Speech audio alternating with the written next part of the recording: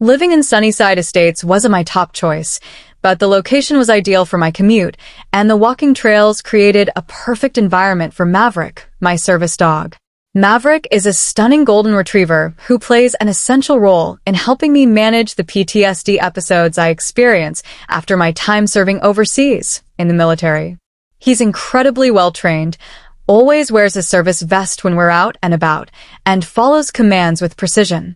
I know the Americans with Disabilities Act like the back of my hand. It's crucial when you rely on a service animal. But never in a million years did I think I'd need to cite federal law to my own HOA president. The first time I met Karen Whitfield, she was holding a clipboard with an expression that could only be described as a permanent scowl etched into her face. She introduced herself as the HOA president, her tone making it clear she expected me to be impressed.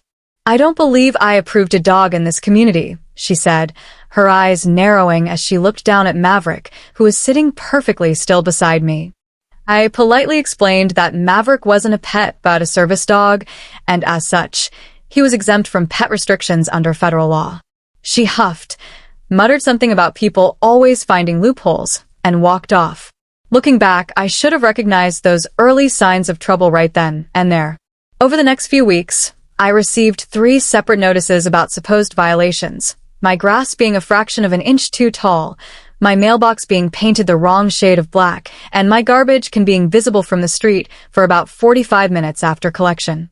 Each notice was signed with Karen's signature, complete with a smiley face, though it felt more like a passive-aggressive threat than anything friendly.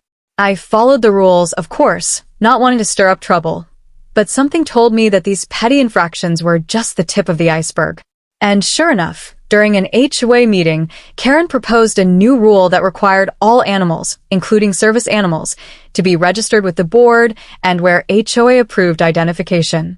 When I raised my hand and pointed out that this would conflict with the Americans with Disabilities Act, she quickly cut me off, saying federal laws didn't supersede community standards.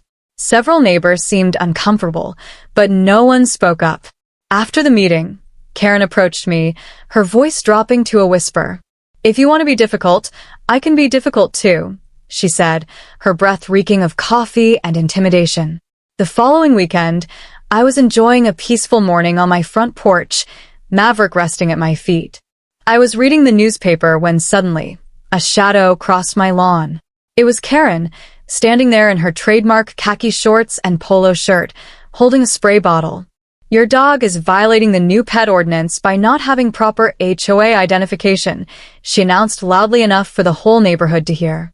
I remained calm and reminded her that Maverick was a service dog, protected by federal law, and that the HOA couldn't legally require such identification. I also pointed out that the rule hadn't even been officially implemented yet. Her face turned bright red and she snapped, "I'm tired of you military types thinking you're above the rules." She advanced toward my yard. "If you won't comply, I'll handle this myself." Before I could react, she aimed the spray bottle directly at Maverick and sprayed him in the face with some kind of liquid. Maverick yelped, backing away and pawing at his eyes.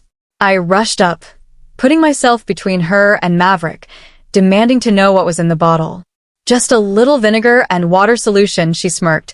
"It won't hurt him, but maybe now he'll learn to respect authority." I was beyond furious, but my military training kicked in, and I stayed calm under pressure. I took Maverick inside, rinsed his eyes thoroughly, and made sure he was okay. Thankfully, there was no lasting damage, though the vinegar solution had irritated his eyes. Once Maverick was comfortable, I called 911. 911, what's your emergency?" the dispatcher asked. "I'm reporting an assault on my service dog," I said, making sure to emphasize that interfering with a service animal is a federal offense. The dispatcher took down my details and assured me that officers would be dispatched immediately. 20 minutes later, 2 officers arrived at my door.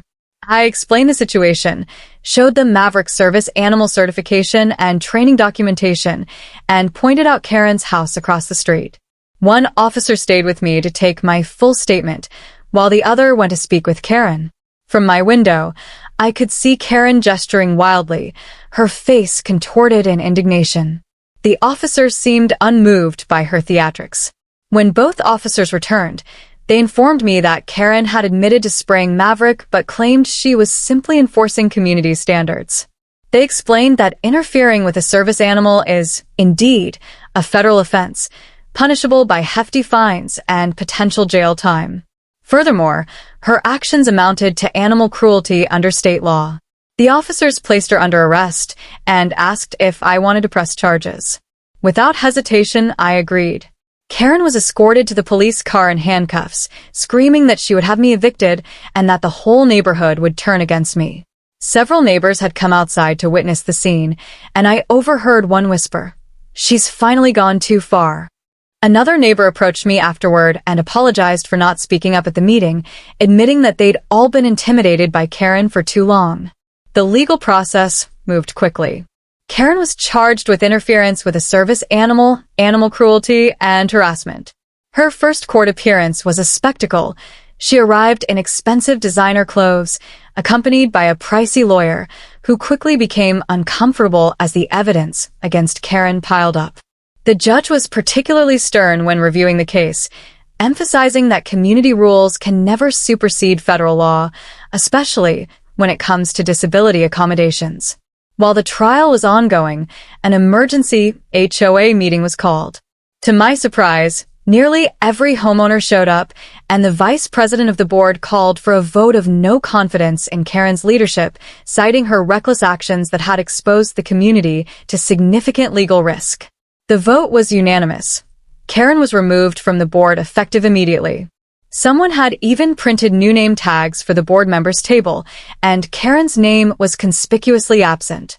The criminal case eventually concluded with Karen pleading guilty to a reduced charge to avoid a longer jail sentence.